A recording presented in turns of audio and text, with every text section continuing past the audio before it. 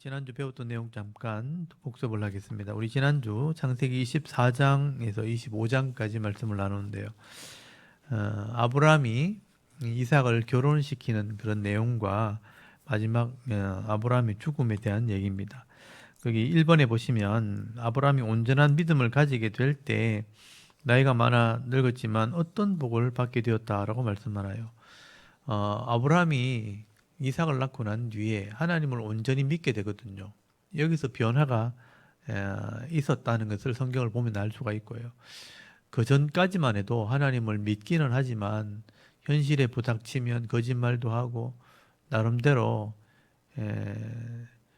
땅에 있는 것에 또 관심을 가지고 행동을 해요. 근데 이삭이 딱 태어나면서부터 하나님 말씀을 절대적으로 신뢰하게 되고 하나님은 날 수 없는 이삭을 아브라함에게 주셨기 때문에 하나님 말씀대로 일하신다는 것을 알게 됩니다. 그래서 어떤 일이 있어도 하나님이 말씀대로 이루실 것을 믿기 때문에 철저하게 하나님을 의지하게 되죠. 그래서 아비멜렉 같은 이방인의 왕이 와가지고 당신이 무엇을 하든지 하나님이 함께 한다는 그런 말을 할 정도로 변화된 겁니다. 그래서 24장 1절에 보면 아브라함이 나이가 많아 늙었지만 모든 것이 복이 됐다. 범사가 복이 됐다라는 표현을 썼어요. 그래서 우리 내 영혼이 잘 되고 범사가 잘 되고 강건하게 되기 원한다. 그런 기도를 하잖아요. 그 말씀대로 범사가 복이 되었다. 아마 이때 아브라함의 나이가 이삭을 결혼할 때니까 이삭이 40살에 결혼했으니까 140살 정도 되었을 때예요. 그러니까 140살이면 굉장히 많은 나이죠. 175세에 죽었으니까. 아브라함이 140에서 175세면 아직 35년을 더 살고 땅에서 살았잖아요. 근데 그 살 동안 범사가 복이 됐다. 모든 것이 다 복이 되었다. 이게 어떻게 보면 성도가 받아야 될 복이라고 생각을 합니다. 성도가 하나님을 신뢰한다면 이 땅에 있는 동안 이런 범사가 다 복이 돼야 되는 거죠. 그래서 바울의 표현대로하면 모든 것이 때로는 안 좋아 보여도 합력해서 선이 되게 하시는 그 하나님을 신뢰하는 것. 이 범사가 복이 됐다. 이게 아브라함의 복입니다. 그 다음에 두 번째, 아브라함은 이삭의 결혼을 위해 자기 집에 늙은 종을 하란으로 보내게 됩니다. 이 늙은 종은 누구인가요? 아브라함에게서 가장 가까운 늙은 종이 이름이 나온 사람은 다메섹 엘리에셀이라는 사람밖에 없죠. 그래서 나이가 많고 아브라함이 신뢰할 수 있을 만큼 모든 것을 맡길 수 있을 만큼 그런 신뢰하는 사람이었다라고 기록된 걸 보면 아마 이 이삭의 결혼 문제로 하란까지 가게 된 사람도 다메섹 엘리에셀이었다 하는 것도 우리가 알 수가 있는 거죠. 그다음 세 번째, 아브라함의 종은 하란까지 가서 여자가 따라오지 않으면 어떻게 하냐고 염려할 때 아브라함은 믿음으로 이야기를 하면서 하나님께서 어떻게 하실 것이라라고 말하나요? 하나님을 전적으로 이제 신뢰하기 때문에 네가 가면 하나님이 먼저 사자를 앞서 보낼 거다. 하나님의 일꾼을 보내가지고 너보다 먼저 준비하고 일하실 거다. 그렇게 말할 정도로 신뢰했다. 그러니까 하나님을 전적으로 신뢰하고 있고 또 이루실 것을 믿는 거죠. 가나안 땅에 보내신 분도 하나님이고 이삭을 주신 분도 하나님이라면 이삭이 아내도 당연히 준비하시지. 그렇게 믿었다는 거예요. 사실 이런 믿음은 어떻게 보면 단순한 믿음인데 이게 실제적으로 이루어진다는 것을 믿는 건 이게 쉽지 않은 일인데요. 그게 우리의 믿음이 돼야 되는 겁니다. 아브라함은 그런 믿음을 가졌다는 거예요. 그다음에 네 번째죠. 네 번째 아브라함의 종은 하나님께서 앞서 일하시고 모든 것이 순적히 이루어지도록 모든 것들을 예비해 놓으셨다는 것을 확인을 할 때 어떻게 하나요? 실제로 우물에 갔을 때 그렇게 기도하고 여자를 만나고 또 부모님이 집에 가서 허락을 받고 하는 과정을 거치면서 야 진짜 하나님이 앞서 일하셔서 준비해 놓으셨네 확인하게 되죠. 그때 머릿속을 경배했다. 그런 표현이 두 번이 나옵니다. 이 아브라함의 종이 염려하면서 갔는데 실제적으로 하나님이 하시는 일을 확인하고 난 뒤에는 머리 숙여서 경배했다. 그러니까 엎드렸다는 뜻이거든요. 예배했다는 뜻이에요. 그리고 그 하나님을 찬송했다. 아브라함의 하나님을 찬송했다. 예배와 찬송입니다. 그러니까 기도, 예배, 찬송.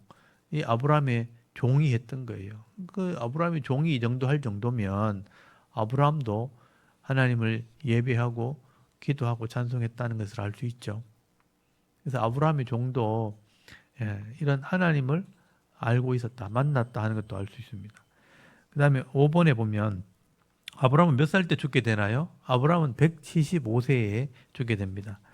그 다음에 6번에는 이삭은 리브가와 결혼을 합니다. 몇 살 때 결혼했나요? 이삭이 결혼한 것은 아브라함이 140살이니까 이삭은 100살 때 태어났으니까 40살이죠. 이삭은 40살에 결혼합니다. 그러니까 그 시대에 비하면 좀 늦게 결혼한 거예요. 보통 아브라함 그 시대 사람들이 30대에 결혼을 하고 다 자녀를 낳거든요. 근데 다 40대까지 간 거 보면 조금 늦게 결혼했다는 것도 알 수 있습니다.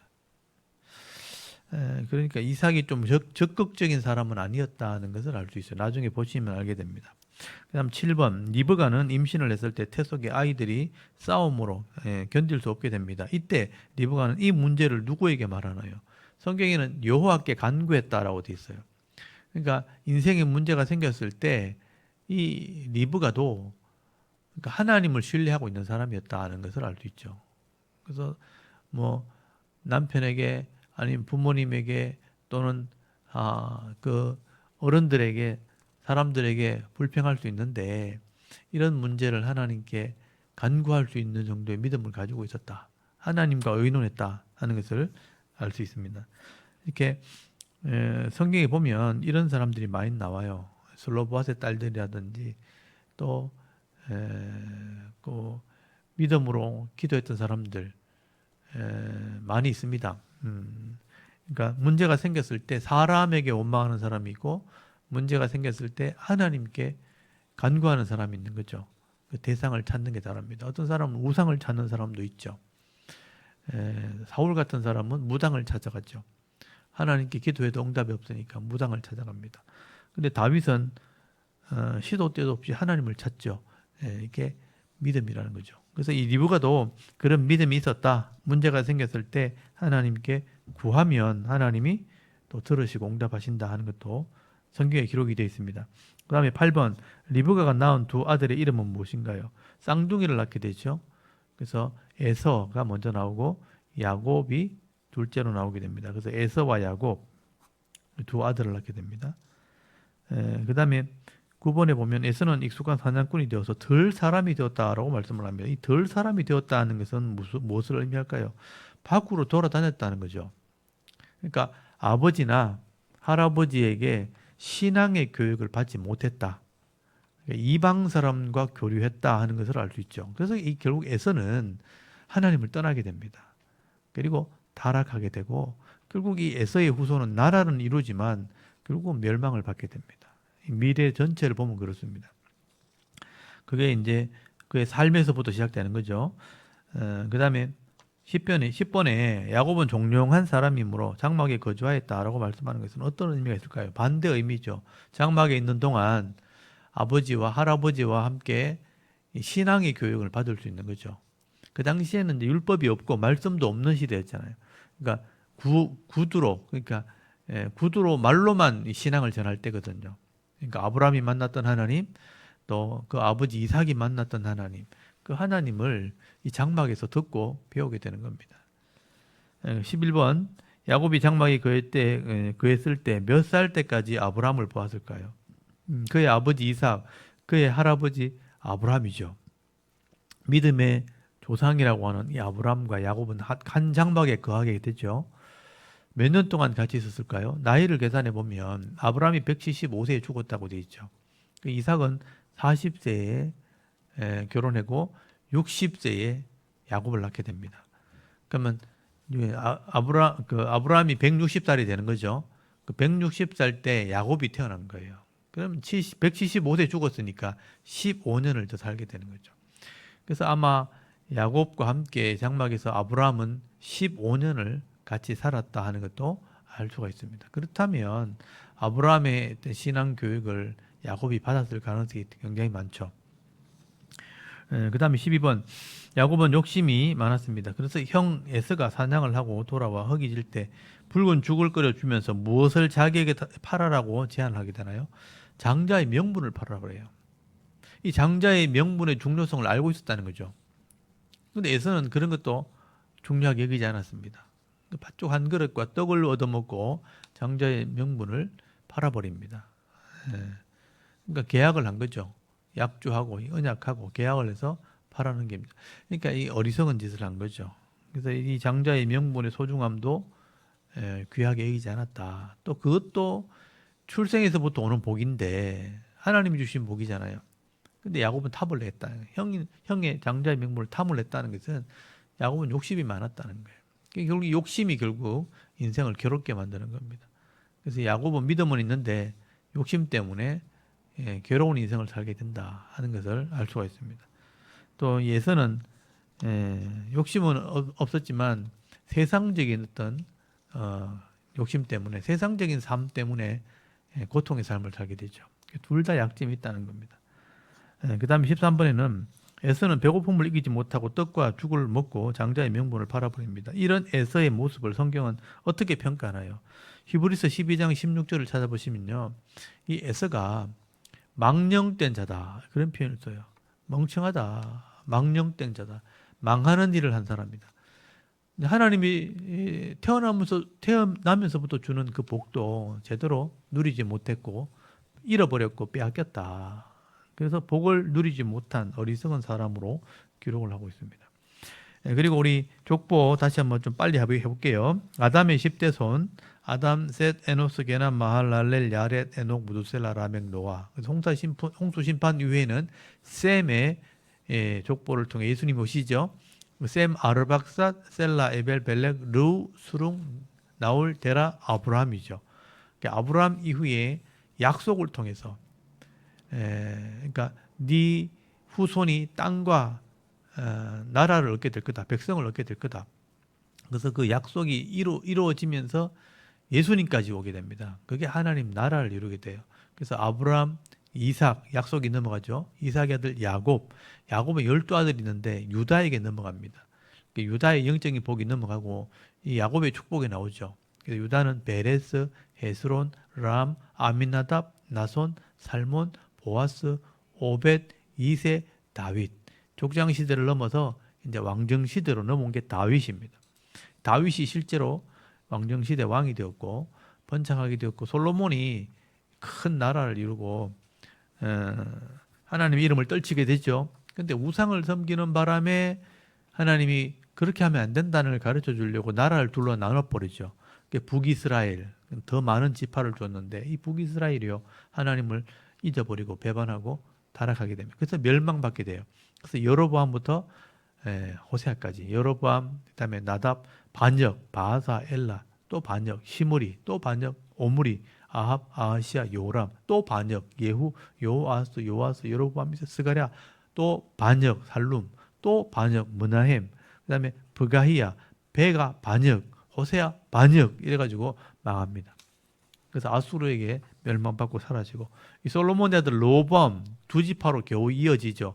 근데 타락해요. 로보암, 아비암, 아사 때 또 조금 개혁하고 아사 다음에 여호사밧 때 좀 더 개혁하지만 그 여호사밧 그 아들 요람이 이세벨 딸 아달랴와 결혼하는 바람에 타락을 하게 됩니다.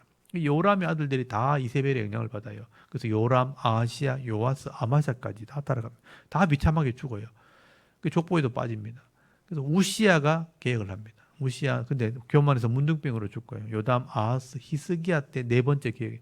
근데 또 타락하죠. 마지막에 그렇게 변심을 하게 됩니다. 그래서 므낫세가 나라를 다 망쳐버립니다. 히스기야의 그 유명한 왕이지만 그 아들 므낫세가 이방 여인에게서 살아가지고 나라를 우상으로 막 바꿔버립니다. 우상의 나라 만들어서 결국은 망하게 합니다. 그래서 므낫세, 아몬, 요시야 때 결국은 망하게 되었기 때문에 일꾼을 키울 수 있는 그런 개혁을 하다가 요시야는 죽게 됩니다. 그다음에 요아스 때 이제 혼란의 시대에 빠지게 되죠. 애굽에 잡혀가서 죽고 요호야김, 요호야긴, 시드기야 3차 포로에서 바벨론 가서 또 회개하고 돌아옵니다. 돌아오면서 신구약 중간기 400년을 지나게 되는 거예요.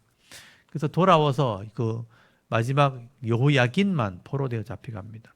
시드기야는 죽고 두 눈이 빼져 죽고 그 여호야긴 여고냐라고 하는 왕이 바벨론에 가서 돌아오게 되죠. 그 여고냐 스알디를 스룹바벨 때 돌아오게 됩니다. 성전을 짓지만 또 타락하게 되죠. 그래서 예수님까지 줄줄이 타락하게 됩니다.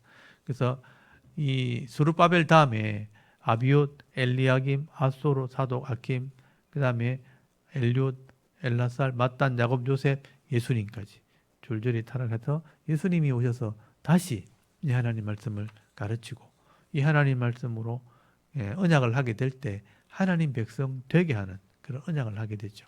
그게 새 언약이 되었고 이 언약을 통해서 이 땅에 있는 모든 백성들이 다 구원을 받고 땅 끝까지 복음을 전했는데 더 이상 돌아올 사람이 없다. 그 마지막 심판하시겠다. 그게 하나님의 계획이죠. 그래서 이제 이 족보를 통해서 이제 역사를 쭉 정리하면서 이제 이 성경에 있는 이 구약에서부터 정리를 하나 해나가시면 돼요.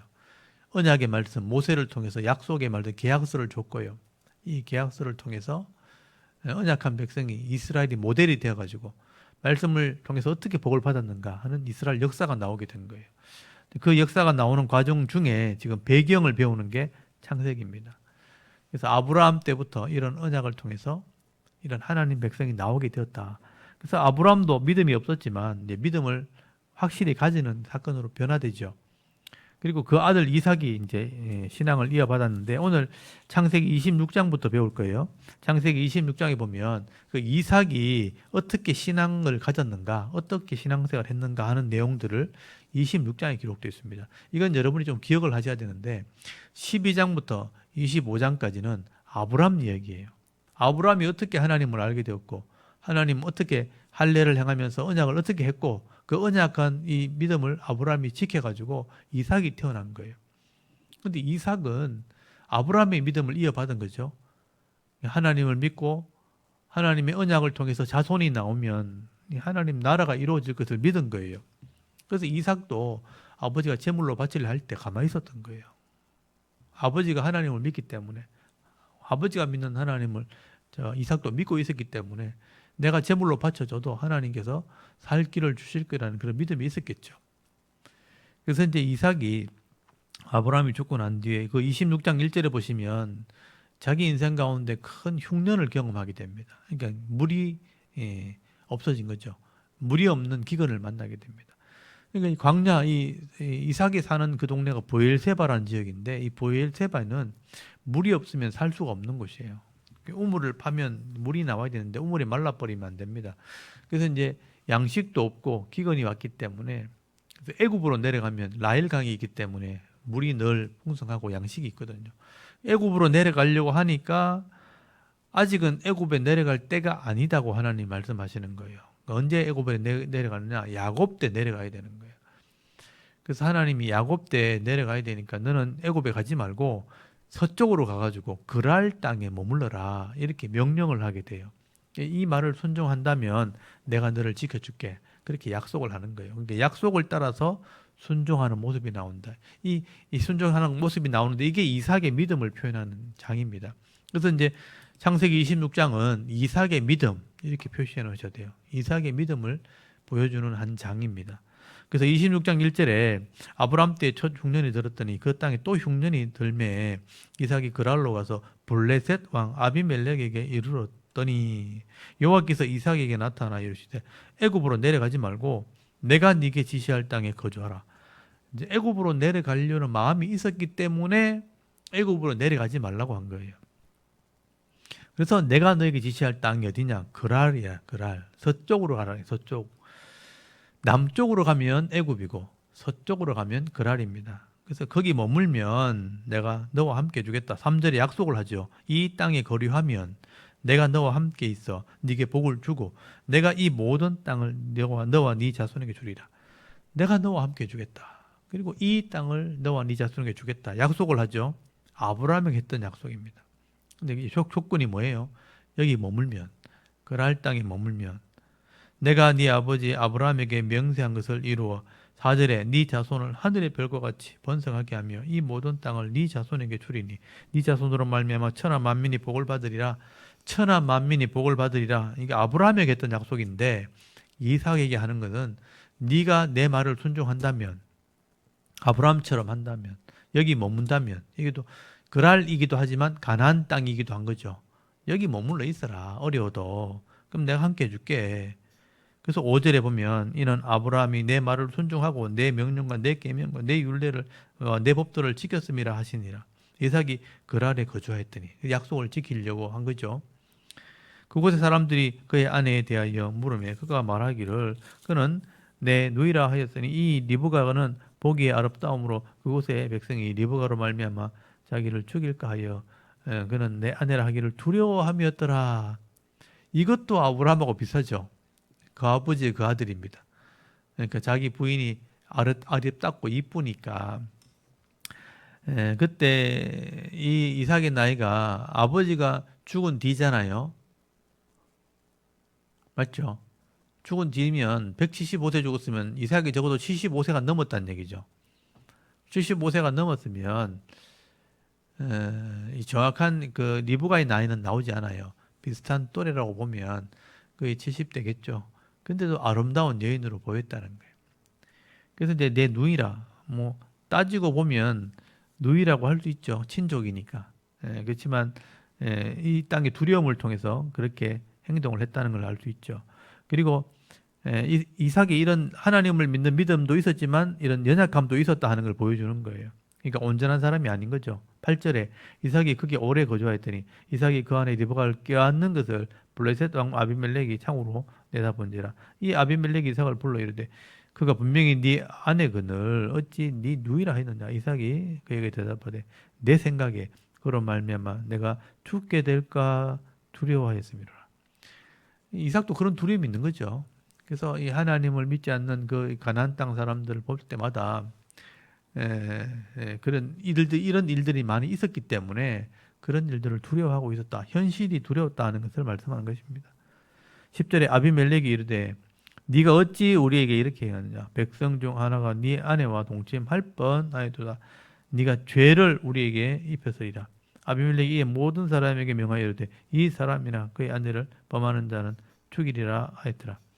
이삭이 그 땅에 농사하여 그 해에 100배나 얻고 여호와께서 복을 주심으로. 여기 이제 이런 일이 있었지만 이삭이 그곳에 머물러 있었잖아요. 한편으로 생각하면 애굽으로 내려가려고 했는데 그 땅에 하나님 약속 때문에 머물렀잖아요. 그러니까 하나님이 이곳에 머물면 함께 해주겠다 그랬단 말이에요. 그런 믿음으로 머물렀는데 이런 어려움도 당하고 거짓말하는 바람에 책망도 듣고 했단 말이에요. 근데도 농사를 지었는데 100배를 얻었어요. 그러니까 하나님이 약속한 대로 복을 주신 거죠. 그래서 이게 하나님의 약속이라는 거예요. 그래서 아까 26장 3절에 이 땅에 거류하면 내가 너와 함께 있어 네게 복을 주고 그랬잖아요. 이 땅에 거류하면 어려움도 있겠지만 복도 주겠다 그랬단 말이에요. 그래서 농사를 지었는데 100배를 얻었다. 여호와께서 복을 주셨기 때문이다. 그래서 13절에 그 사람이 창대하고 왕성하여 마침내 거부가 되었다. 부자가 되었다. 그런 표현을 쓰게 됩니다. 14절에 양과 소가 떼를 이루고 종이 심이 많으므로 블레셋 사람이 그를 시기하여 그 아버지 아브라함 때 그 아버지의 종들이 판 모든 우물을 막고 흙을 메웠더라. 그러니까 이방인이 와서 그하고 또 잘 되니까 이 블레셋 사람들이 시기가 난 거예요. 화가 난 거죠. 그래서 이제 이 사람들 핍박했다 하는 것을 말씀하게 됩니다. 그래서 이제 사실은 아브라함이 판 우물이기 때문에 이삭의 우물이죠. 근데 그것을 메꿨다는 것은 이 목축을 하는 사람들이 이 물이 없으면 살 수가 없습니다. 그래서 이제 핍박을 한 거죠. 사실 이제 이삭은 농사를 지어 본 적이 없거든요. 목축을 하는 사람이기 때문에 그랄 땅에 왔으니까 먹고 살려고 농사를 지은 거예요. 그래서 이제 농사를 지었는데 100배나 복을 받았다. 이 100배라는 말 때문에 사람들이 이제 오해를 많이 하죠. 이게 100배라는 게 어떤 100배인가가 중요한 거예요. 다른 사람보다 100배면 엄청나게 많이 번 거고. 그래서 농사 지은 것에 100배면 2배나 3배 정도 복을 받은 거예요.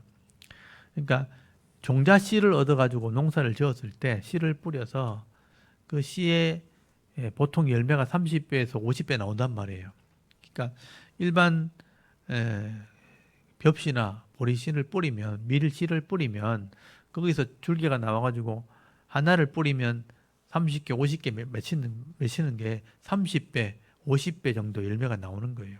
근데 그거보다 100배가 더 나왔으면 30개, 50개 나올 거지 100개가 나왔다면 2배나 3배 정도 받는 거죠. 그러니까 다른 사람보다 훨씬 많은 은혜를 누리게 되었다. 그러니까 다른 사람이 시기할 정도로 복을 받았다 하는 것을 알 수가 있습니다. 그래서 이제 이 사람들이 우물을 메꾸니까 그곳에 살 수가 없죠.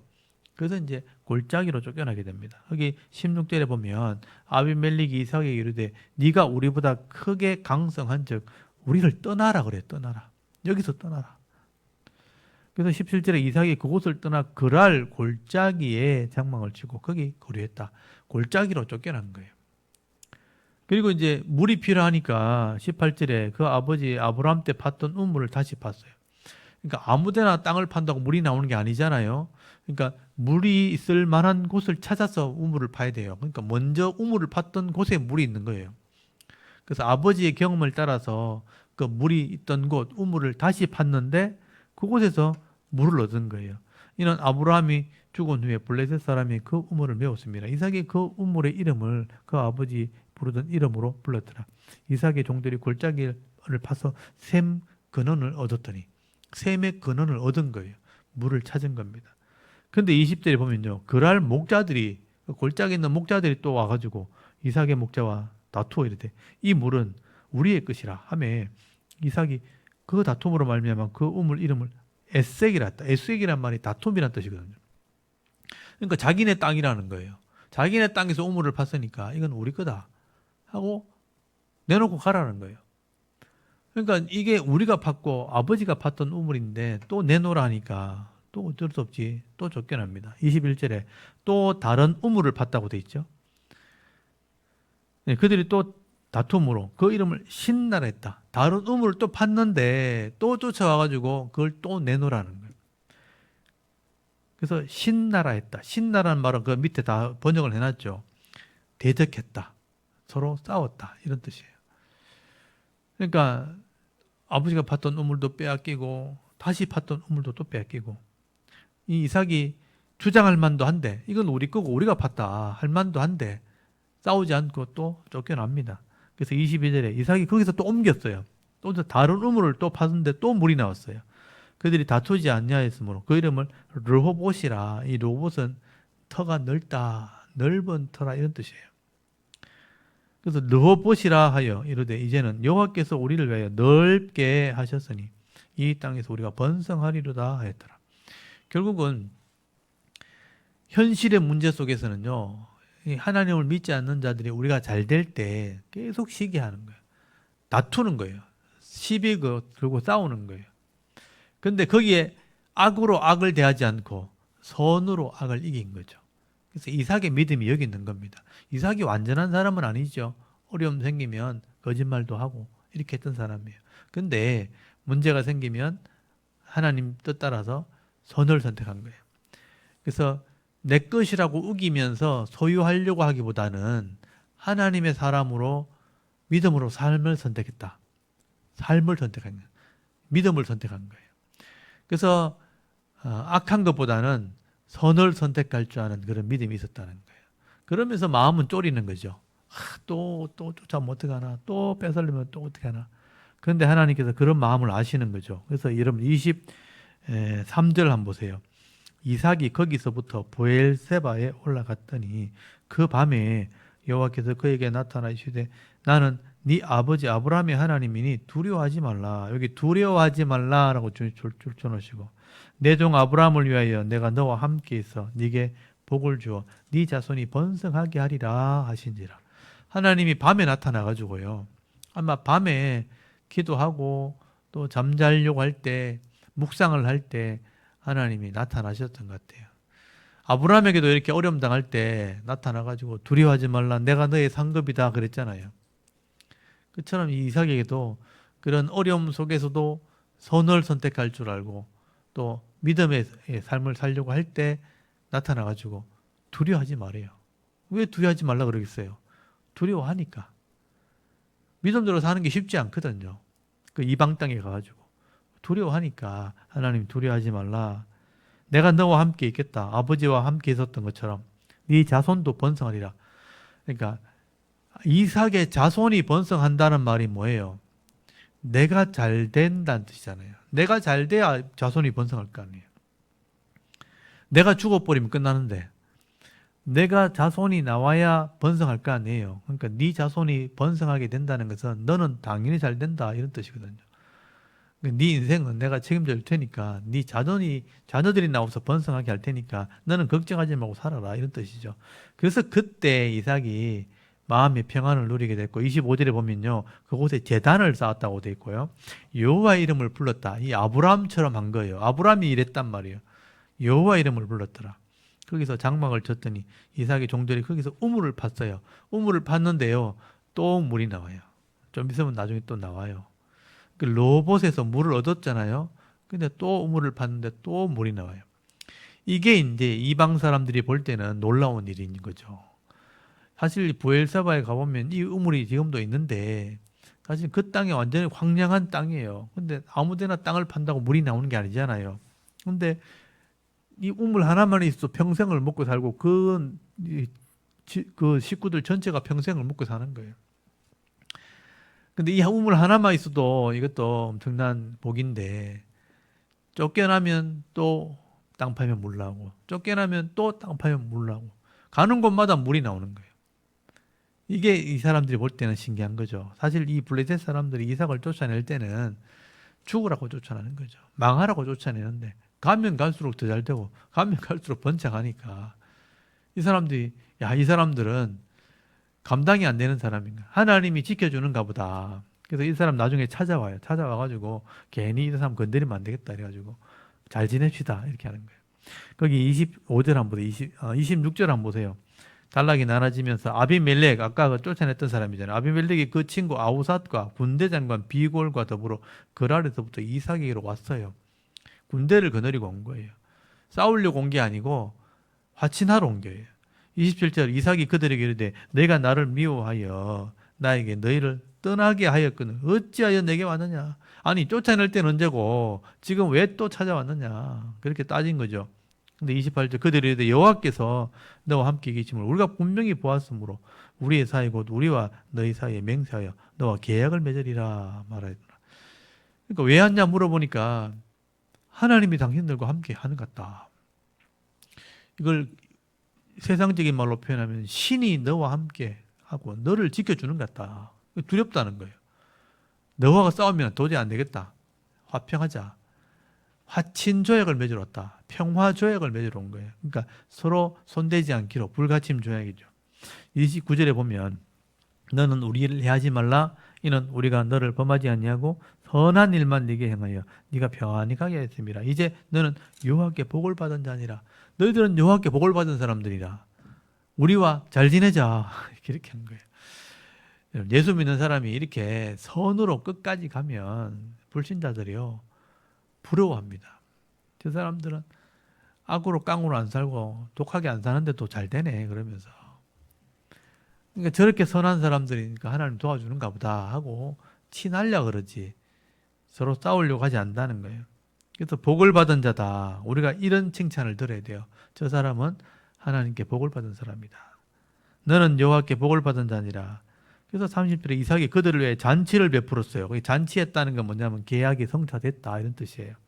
우리 결혼식 하면 잔치하잖아요. 서로 먹고 마시고 막 잔치하잖아요. 그러니까 우리 평화조약을 잘 맺었다. 서로 잔치를 하게 됩니다. 먹고 마시고 31절에 아침에 일찍 일어나 서로 맹세한 후에 이삭이 그들을 보내며 그들이 평안히 갔더라. 그날에 이삭의 종들이 자기들이 판 우물에 대하여 이삭에게 와서 알려 이르되 우리가 물을 얻었나이다. 또 물이 나왔다는 거예요. 잘 됐고 이방 사람과도 관계가 좋게 되었고 모든 것이 다 잘 됐는데 또 잘 된 거죠. 그래서 은혜가 또 은혜가 되었다. 은혜 위에 또 은혜가 임했다. 그런 말을 듣게 된 거예요. 그래서 여기 33절에 보면 그가 이름을 세바라. 이 세바란 말이 일곱이란 뜻이거든요. 세바라 한지라. 그러므로 그 성읍 이름이 오늘까지 브엘 세바라. 이게 브엘이란 말은 우물이란 뜻이거든요. 우물 세바 일곱. 그러니까 7. 이 7이라는 숫자가 완전수예요. 그러니까 하나님을 상징하는 숫자예요. 그래서 이 7을 가지고 하나님의 숫자이기 때문에 맹세한다 이런 뜻도 있어요. 그래서 언약한다, 맹세한다. 그래서 부엘 세바 하면 맹세의 우물 또는 7개의 우물 이런 의미가 있는 거예요. 그래서 이삭이 받은 복을 상징하는 거예요. 그래서 부엘 세바가 지금도 남아 있어요. 그게 부엘 세바 가면 이삭의 우물이 지금도 남아 있습니다. 그 이삭의 우물이 나중에 이제 야곱이 사용하지만 이삭의 우물이 지금도 물이 나옵니다. 그래서 이제 이 부엘세바 하면 이삭이 받은 복 이렇게 하시면 돼요. 그래서 여기 에색이라든지 신나라든지 그런 다툼이나 대적들이 일어나고 로봇 같은 그런 물이 나왔고 또 우물 또 받다 했으니까 여기 확인된 것만 지금 4개잖아요. 그래서 거기 아버지가 팠던 우물까지 하나 있죠. 아버지가 팠던 우물은 뺏겼고 그들이 나와가지고 또 물을 팠고 에색, 신나, 로봇 또 이렇게 여기 확인된 것보다 4개 정도 되죠. 그러니까 합치면 7개 우물이 있었다 하는 것도 그런 의미가 있을 수 있죠. 여러 개의 우물을 가졌다 하는 것도 이삭이 받은 복 중에 하나입니다. 그래서 이제 이방 땅에 하나님 말씀 듣고 순종해서 거주했기 때문에 하나님이 그런 어려움 속에서도 이삭을 약속대로 지켜준 거예요. 그래서 사실 우리가 사는 땅이 다 이방 땅이잖아요. 이곳에서 믿음대로 사는 게 쉽지 않죠. 근데 하나님 약속대로 믿음대로 살면 하나님이 이런 브엘세바의 복을 받게 하는 거죠. 이방인들에게 칭찬을 듣게 하고 하나님 믿는 사람이 복 있는 사람이다 이런 말을 듣게 한다. 그래서 이삭이 이런 삶을 살았다는 것을 대표적으로 보여주는 사건이 창세기 26장이에요. 그래서 이삭은 이런 사람이었다. 근데 온전하지는 않았죠. 그렇지만 이런 믿음으로 살 때 복 있는 삶을 살았다. 근데 거기 34절 한번 보세요. 단락이 또 나눠지면서 에서가 40세에 헷 족속 부엘의 딸 누딧과 헷 족속 엘론의 딸 바스맛을 아내로 삼았다. 이 에서가 돌아다니더니만 가나안 사람들하고 결혼한 거예요. 그건 두 여자와 또 결혼했어요. 엄난한 삶을 살았다는 거죠. 이 가나안 사람이 다 엄난하거든요. 그래서 40세 이삭이 그러니까 에서가 60살에 나왔으니까 맞죠? 40세에 결혼해서 60살 났죠. 40년이 지났으면 이삭은 100살이겠다 그죠?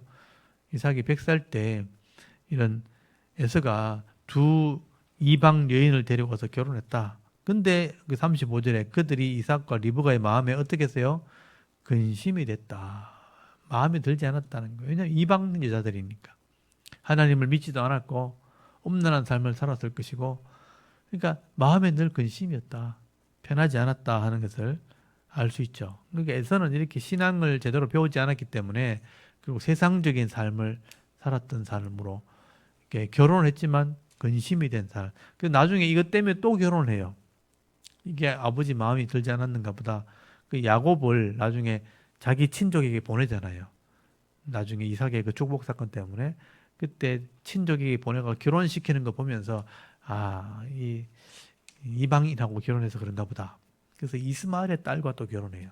그렇다고 이 문제가 해결되는 게 아닌데 또 그런 잘못된 길을 계속하게 됩니다. 그리고 오늘 27장을 보시면요. 26장은 이삭에 대한 얘기잖아요. 근데 27장부터 이제 본격적으로 야곱의 얘기가 나옵니다. 27장부터 전체 50장까지 이제 야곱에 대한 얘기와 야곱의 가족들에 대한 얘기입니다. 야곱이 어떻게 결혼하게 되었고 어떻게 자녀들이 생기게 되었고 그 야곱의 자녀 중에서도 유다와 유명한 요셉이 나오죠.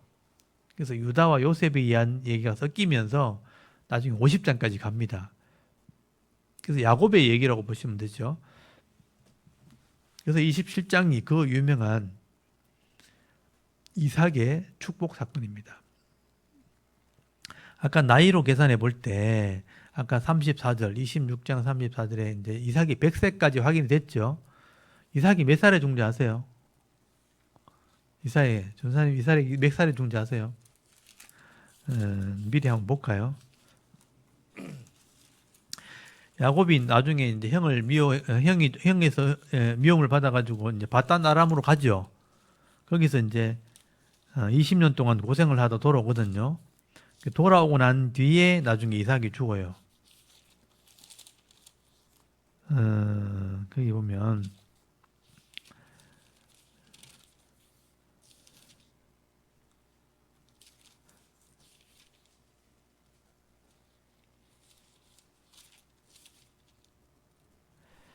35장 28절 35장 28절 이삭의 나이가 180세라고 돼 있죠.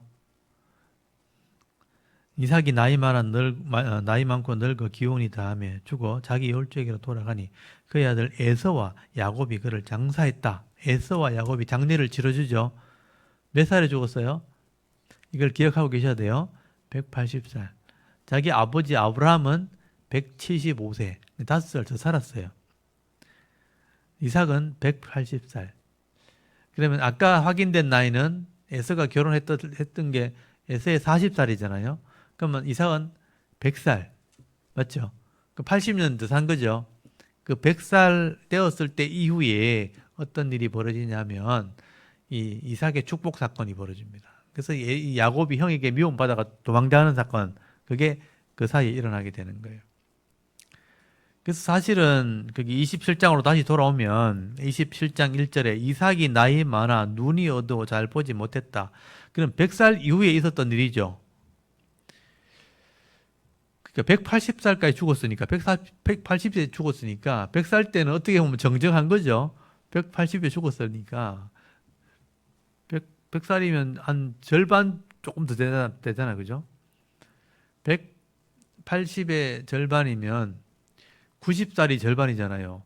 90살보다 10살 더 많은 100살이잖아요. 그러니까 그때 어떻게 보면 정정했다고 봐야 되는 거예요. 근데 눈이 어두워졌다. 보통 눈이 어두워지는 것은 이제 우리 나이로 봤을 때 우리가 80을 기준으로 보면 절반이면 40세잖아요. 40세 이후에 되면 노안이 오죠. 노안이 와서 그냥 안 보는 정도가 아니고 앞에 사람이 있는데 못 알아볼 정도예요. 그러니까 눈이 거의 실명에 가깝게 된 거예요. 그거는 일반적인 노안이 아니고 늙어서 나오는 그 눈이 나빠지는 정도가 아니고 병이 든 거죠. 그래서 눈이 이렇게 병이 드는 병이 무슨 병이냐면 뭐 백내장 이런 것도 녹내장도 있지만 실제적으로는 당뇨 때문에 오는 병이 제일 커요. 당뇨 때문에 합병적으로 오는 게 눈이 실명이 되는 겁니다.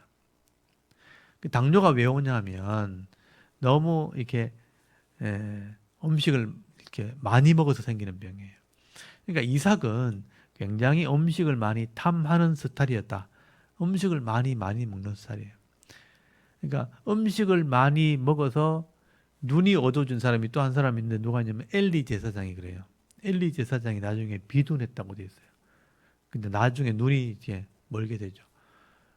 그래서 엘리 제사장도 몸이 비둔해서 넘어져서 목이 부러져 죽죠.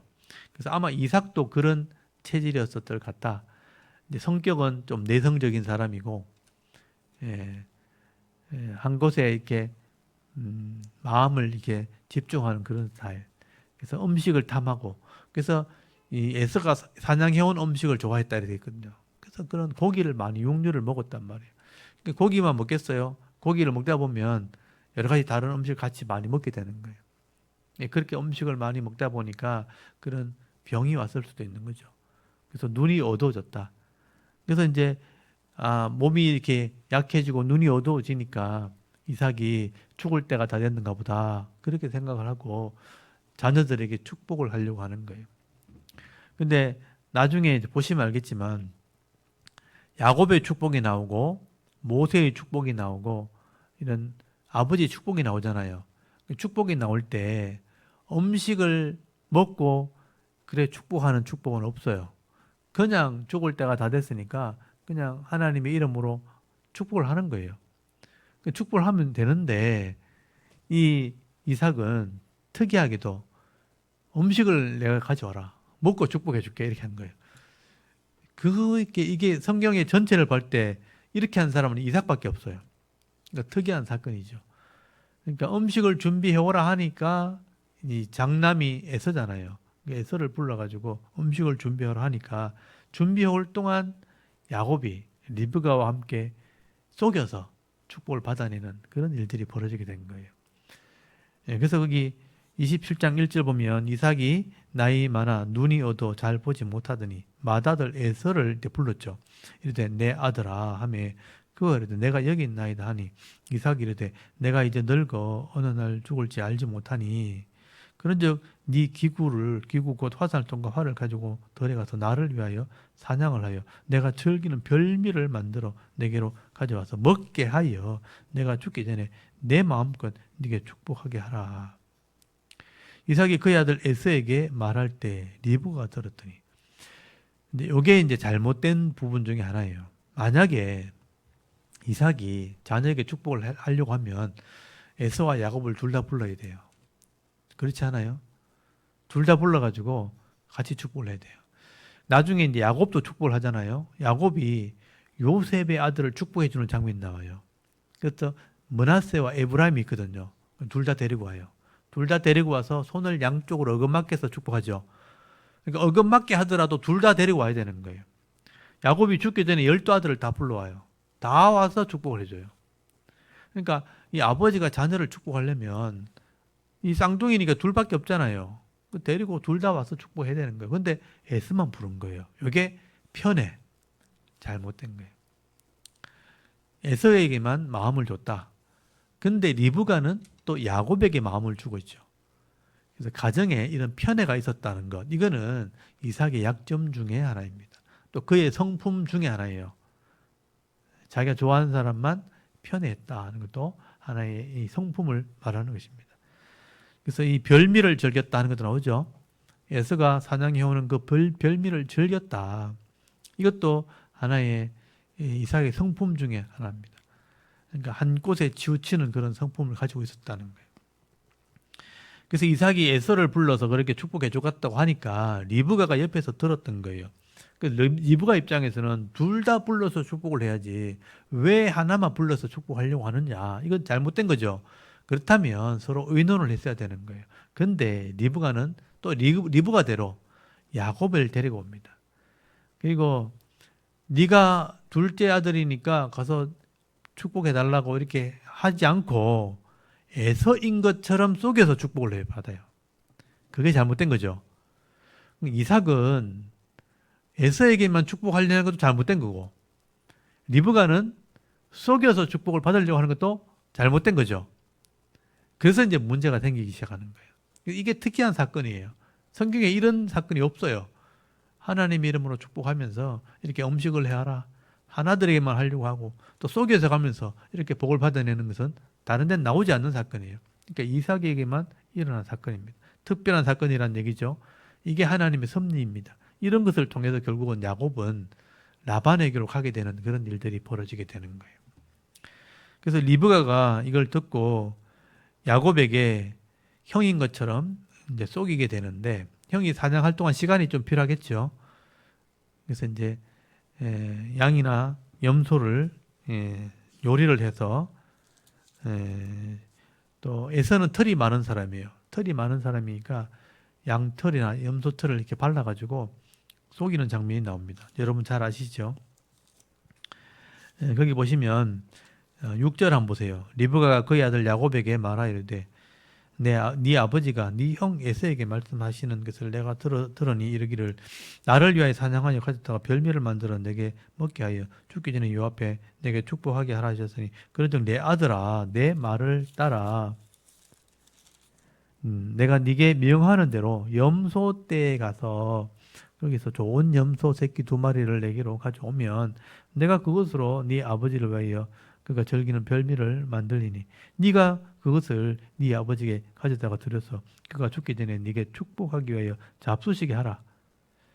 그러니까 야곱이 그 어머니 리브가에게 이르되 내 형 에서는 털이 많은 사람이요 나는 매끈한 사람인즉 아버지께서 나를 만지실진데 내가 아버지 눈에 속이는 자로 보일지라 복은 고사하고 저주를 받을까나이다. 이 말이 맞죠? 내가 털이 없는데 만져가지고 나가 이렇게 알면 복이 아니고 나 저주받을 겁니다. 그러면 안 됩니다. 이렇게 하는 게 맞죠? 근데 리브가가 괜찮다 하면서 내가 책임질게 이렇게 얘기해요. 야곱은 그래 하면 안 됩니다 해놔놓고 엄마가 책임질게 하니까 또 해요. 이게 뭐예요? 그래 하면 안 되는 줄 아는데 엄마가 책임진다 하니까 하지요. 그건 뭐겠어요? 하고 싶은 마음이 있는 거죠. 욕심이에요, 욕심. 형의 축복인데 자기가 받고 싶은 거예요. 그럼 순리대로 하면 되는데 하면 하나님 다 줄 건데 그 기다리지를 못하는 거예요. 그러니까 이렇게 하자 하니까 방법이 있다 하니까 따라가는 거예요. 이게 이제 잘못된 거예요. 그러니까 야곱도 허물이 있고 예수도 허물이 있고 다 허물이 있는 거예요. 14절에 13절 보세요. 어머니가 그에게 이르되 내 아들아 너의 저주는 내게 돌리리니 내 말만 따라가서 가져오라. 내가 책임질 테니까 내가 받을 테니까 네가 시키는 대로 해라 하니까 야곱이 거절을 하지 않고 해요. 그 얘기는 욕심이 있다는 뜻이에요. 14절에 그가 가서 끌어다가 어머니에게 가져왔어요. 욕심이 있으니까 가져왔겠죠. 염소 새끼 2마리 가지러 간 거예요. 안 된다 해놔놓고 엄마가 책임진다 하니까 끌고 온 거예요. 욕심이 있는 거죠. 복을 받고 싶은 거예요. 그 요리를 막 했어요. 요리를 했고 거기 16절 염소 새끼 가죽을 그 손과 목에 매끈하게 곧에 입혔어요. 그러니까 가죽을 아예 뺏긴 거예요. 덜 붙이면 안 되니까 가죽을 뺏기가 그냥 둘러싼 거예요. 이렇게 빙빙 둘러싸가지고 이렇게 손을 만든 거예요. 그리고 요리를 다 해가지고 거기 19절 보세요. 야곱이 아버지에게 대답하되 나는 아버지 맏아들 에스로소이다. 이거 거짓말이죠. 여기 써놓으세요. 거짓말 써놓으세요. 첫 번째 거짓말. 뻔뻔하게 에서는 자기가 야곱인데 요리를 들고 들어가면서 아버지 저 에서입니다 이랬다는 거예요. 거짓말한 게 거짓말. 아버지께서 내게 명하신 대로 내가 했으니 문학은 내 일어나 앉아서 내가 사냥 고기를 잡수시고 아버지 마음껏 내게 축복하소서. 이 축복이 담이 난 거죠. 이삭이 그 아들에게 이르되 내 아들아 네가 어떻게 이같이 속히 잡았느냐 하니까 이르되 아버지 하나님 여호와께서 나로 순조롭게 만나게 하셨습니다. 하나님 핑계 대고 있어요. 지금 하나님의 이름으로 축복해야 되는데 하나님의 이름으로 거짓말하고 있어요. 어떻게 이렇게 빨리 잡았냐 하니까 하나님이 순조롭게 잡게 했습니다. 하나님이 얼마나 기가 막히겠어요. 내가 해줄게. 해준 적도 없는데 야곱이 하나님이 그랬다는 거예요. 그러니까 21절에 이삭이 야곱에게 이르되 내 아들이 가까이 오라. 네가 과연 내 아들이 에서인지 아닌지 내가 너를 만져보리 하노라. 아마 뭔가 좀 이상했겠죠. 이삭이. 좀 이상한데 만져보고 싶다 이러는 거죠. 야곱이 그 아버지 이삭에게 가까이 가니 이삭이 만지며 이르되 음성은 야곱의 음성이나 손은 에서의 손으로다. 그러니까 음성을 들어보니까 에서의 음성하고 야곱의 음성이 다른 거예요. 아마 상상을 해보면 에서는 들 사람이고 막 소리치면서 사냥하지 않았겠어요.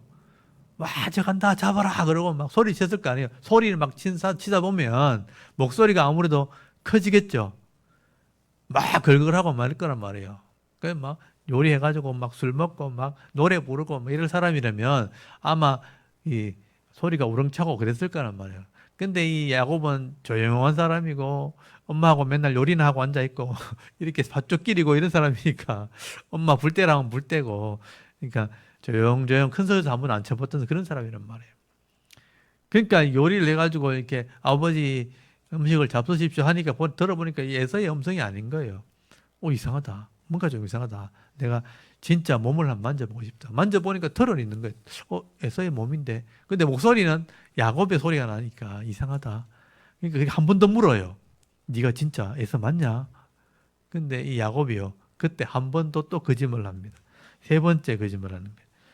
그래서 23절 그의 손이 형 에서의 손과 같이 털이 있으므로 분별하지 못하고 축복하였더라. 이삭이 이르되 네가 참으로 내 아들 에서냐? 그가 대답하되 그러하니다. 네가 진짜 에서냐? 한 번 더 꼭 찝찝해가 또 물어 또 왔단 말이에요. 그러니까 이 지금 야곱이 3번 거짓말한 거예요. 내가 에서입니다. 어떻게 빨리 잡았냐? 하나님이 잡게 했습니다.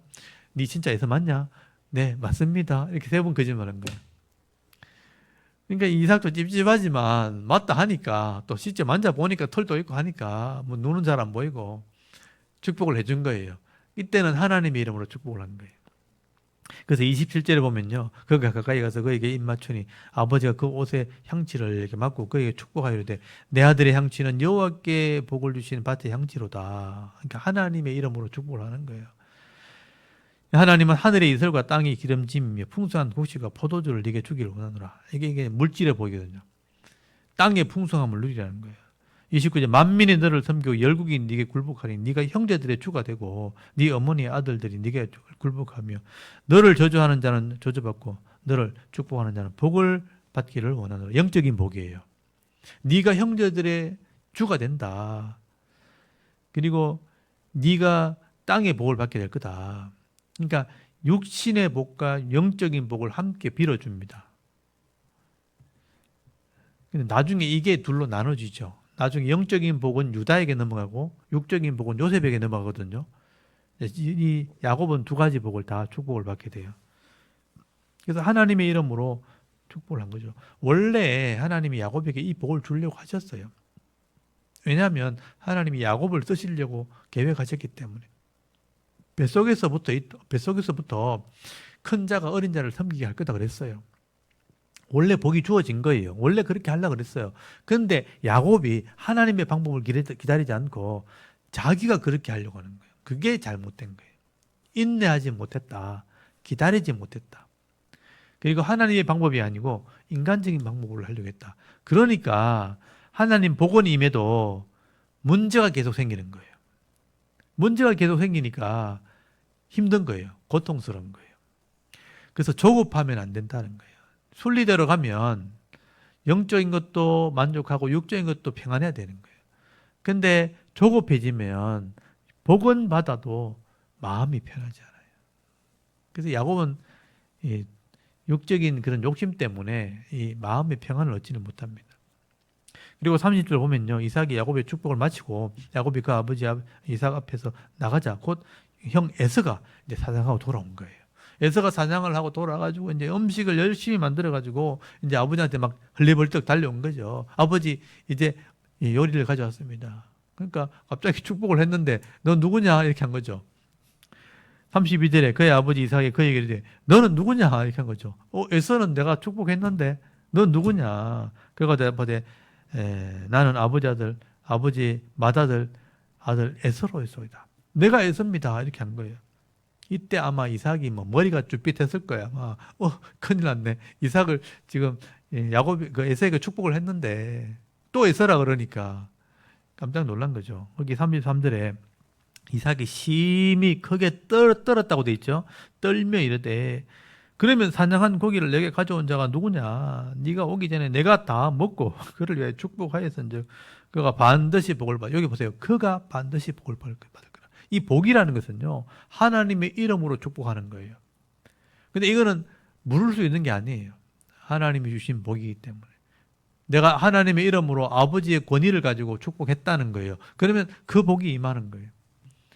그 사람이 복을 받게 될 거다. 근데 34절에 에서가요. 그 아버지 말을 듣고 소리 지르며 슬피 울며 아버지에게 이르되 내 아버지여 내게 축복하소서 내게도 그리하소서.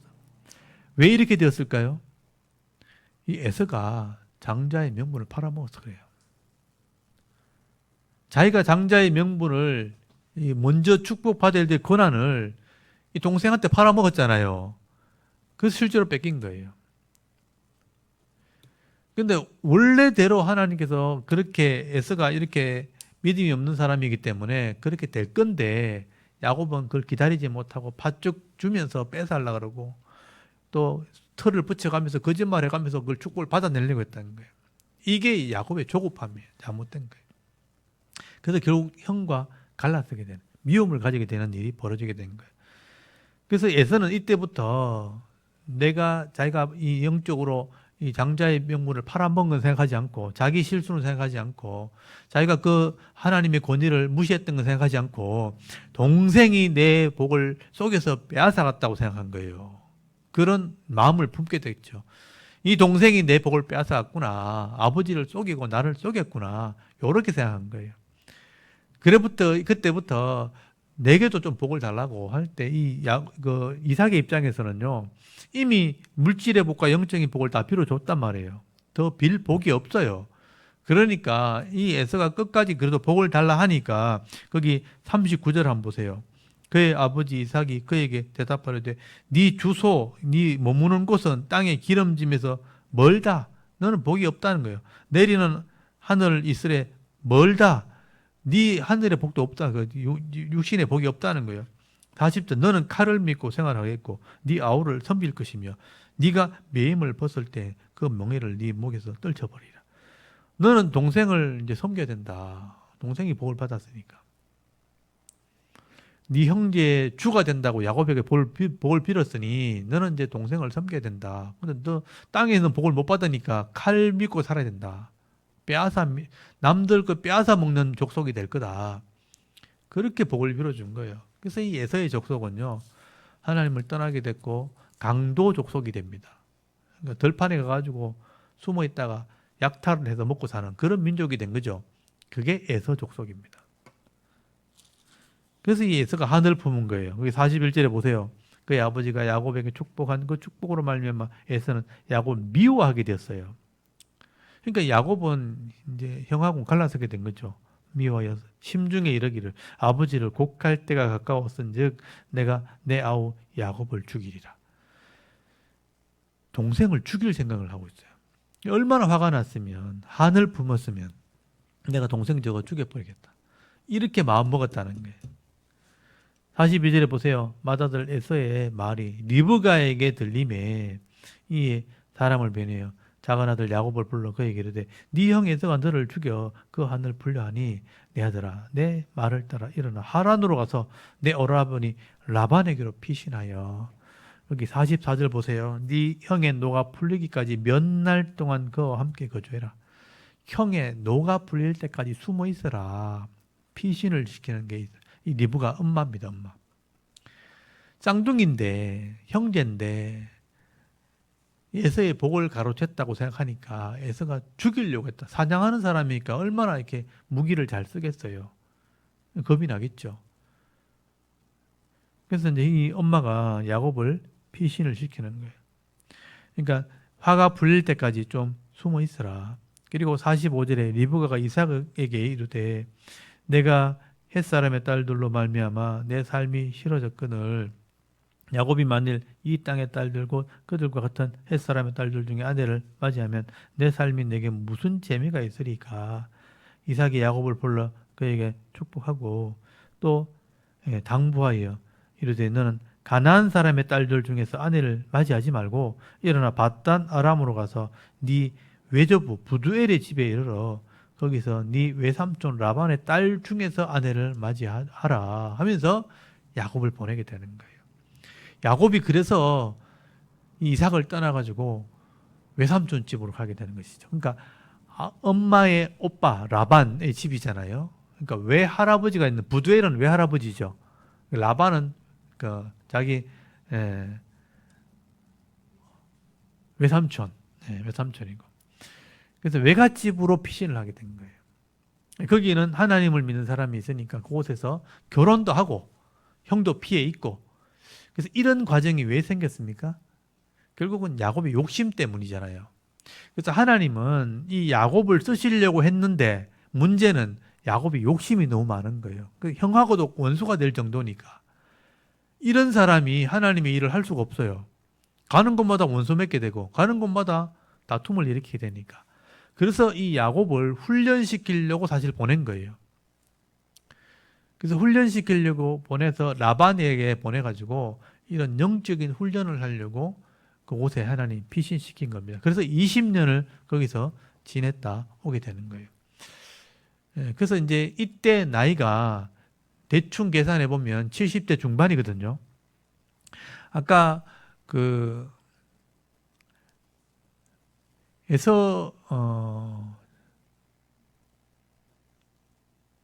에서가 지금 아까 결혼했을 때가 140살, 이삭이 140살이었죠. 그죠? 아, 100세였죠. 예, 100세였으니까, 맞죠? 60에 나와가지고 40년이 지났으니까 100살이었죠. 그러니까 그 100살 때, 야곱이 만약에 그 100살보다 조금 더 나이가 들었을 때 이런 축복 사건이 벌어졌겠죠. 그래서 이제 그 나이를 한번 계산해 보면 이게 70대 중반이면 그러면 이삭의 나이가 어떻게 되나요? 아까 40살 때 이삭이 100살이면 이삭이나 에서나 나이가 똑같으니까 70대 중반이면 35년 정도, 35년이면 75세 정도 되죠. 그죠? 그러면 135세. 135세. 거기서 20년을 더 지내면 155세. 그리고 조금 있다 죽었으니까 180세 죽었죠. 그럼 그러면 대충 계산이 맞겠다, 그죠? 그래서 이제 아마 100년, 이삭의 100살 이후에 이런 사건들이 벌어졌다고 봐야 돼요. 그리고 야곱이 거꾸로 나이를 계산해 보면 야곱이 그 바로 왕 앞에 섰을 때가 130살이거든요. 그 130살에서 이제 기근 있는 하고 요셉의 나이 이렇게 쭉 빼서 나오면 그 결혼한 날짜가 한 70대 중반 정도 나와요. 그래서 그러니까 에서는 40살에 결혼했는데 야곱은 70대 중반에 돼도 결혼을 못했어요. 그래서 야곱이 이 바단 아람으로 가서 아내를 취해서 결혼하는 일들이 하게 되는 거예요. 그래서 이런 사건은 결국 여러 가지 복합적으로 연결돼 있지만 결국은 야곱이 욕심 때문이에요. 욕심을 하나님께서 훈련시키려고 기다리지 못하고 참지 못하고 결국은 자기가 뭔가 하려고 하는, 그러니까 태어날 때부터 손을 움켜쥐고 태어났죠. 그 움켜쥐고 태어난 게 욕심을 상징하는 거예요. 내가 뭔가 이렇게 해서 뭘 이루려고 할 때 하나님이 하신 것을 내가 했다고 생각하는, 착각을 하는 거예요. 그러면서 이런 머리 좋은 사람, 똑똑한 사람들이요, 이렇게 교만하기 쉬운 것이 하나님이 다 해줬는데, 하나님 머리 좋게 해주셨고, 하나님 좋은 환경을 주셨고, 하나님 물질의 복을 주셨는데, 자기가 다 잘했다고 생각하는 거예요. 내가 잘났다고 생각하는 거예요. 그러니까 이게 은혜가 있는데도 불구하고 행복하면 못 누리는 거예요. 좀 부족한 사람들은 늘 하나님께 의지하기 때문에 도리어 그 사람이 더 큰 은혜를 누리게 됩니다. 자기 부족함을 인정할 줄 알아야 되는데 야곱은 그런 인정이 없었어요. 내가 뭘 해야 된다. 근데 그거를 다 내려놓고 내가 정말 아무것도 아니구나, 내 힘으로 안 되는구나 라고 할 때 그때 하나님의 은혜를 발견하게 되거든요. 근데 그런 기간이 야곱은 130살 자기가 되었을 때 그걸 깨닫게 됩니다. 근데 그런 과정을 성경을 이렇게 기록을 하고 있는 거예요. 어릴 때부터 욕심이 있었고 형에게 장자권을 탐을 냈고 속에서까지 빼앗았지만 마음은 편하지 않아요. 형이 자기를 죽이려고 하니까 불안한 거예요. 그래서 도망을 가야 되는 상황이 된 거죠. 그래서 28장부터는요, 야곱이 도망가는 이야기입니다. 왜 도망가요? 이제 형을 피해서 도망가는 거지만 자기 욕심을 이제 훈련하기 위해서 하나님 보내는 거예요. 어떻게 보면 하나님 보내는 거예요. 그래서 가면서 이제 혼자 지팡이 하나 들고 짐 싸들고 도망가야 되잖아요. 얼마나 외롭고 두렵고 얼마나 쓸쓸하겠어요. 그래서 이제 베델쯤 갔을 때 돌베개를 자고 하룻밤 잠자다가 하나님 꿈을 꾸게 되는데 그때 하나님이 나타나가지고 하나님이 약속하는 내용이 나오죠. 그게 28장에 돌베개 잠자는 그런 얘기가 나오게 되는 사건이 나오게 된 거예요. 이게 야곱에 대한 얘기인데 본격적으로 인생이 시작되는 게 28장부터입니다. 그래서 28장부터 나오는 얘기는 제가 다음 주에 이제 본격적으로 시작을 할게요. 왜 이렇게 되었는가? 욕심, 야곱의 욕심 때문에요. 여러분, 머리 좋은 것도 하나님 은혜고 환경이 좋은 것도 하나님 은혜고 하나님께서 사람 만나게 하는 것도 복이잖아요. 하나님 은혜인데 내가 했다고 생각하면 또 내가 뭘 해야 된다고 생각하면 늘 내가 불안한 거 힘든 거예요. 근데 하나님이 다 알아서 해주시는 거다라고 감사하면서 살아가는 게 더 은혜입니다. 그게 평안인 거죠. 그래서 하나님께 맡기고 때로는 내가 손을 내려놓을 때도 있어야 돼요. 그러면 하나님이 하시는 거 보면서 야, 하나님께서 다 이렇게 하시네. 믿음으로 한 걸음 한 걸음 걸어가는 거, 그것도 기쁨인 것이죠. 그래서 내가 뭘 하려고 자꾸 하기보다는 그 전도서에 보면 나오잖아요. 오늘 주일날 제가 설교할 때 전도서 나오잖아요. 애를 쓰면 안 돼요. 막 애를 쓰지 말고 가만히 있어도 은혜가 되는, 평안이 되는, 그게 삶인 거죠. 우리가 물에 빠지면 살라고 버둥거리면 안 돼. 그냥 힘 쫙 빼고 가만히 있으면 살아요. 애쓰지 않고 살아가는 그게 진짜 행복한 거예요. 그러니까 애를 쓰면서 간다는 것은 힘든 거죠. 그래서 이제 평안히 살아갈 수 있도록, 평안한 것이 무엇인가, 그 하나님 은혜를 누리는 그런 삶을 사실 수 있길 바랍니다. 야곱이 이런 욕심을 내려놓는 훈련하는 기간을 여러분 앞으로 배우게 될 텐데, 이런 것들을 통해서 나도 이런 것이 아닌가 스스로 한번 돌아보시면서 하나님이 주신 은혜를 여러분 누리실 수 있기를 바랍니다. 오늘 여기까지 하고 우리 다음 시간에 또 야곱에 대해서 배우도록 하겠습니다. 우리 잠깐 기도하고 마치겠습니다. 하나님, 오늘도 이 샤론 성경 강좌를 통해서 이 야곱의 신앙을 다시 한번 우리가 배우게 하시고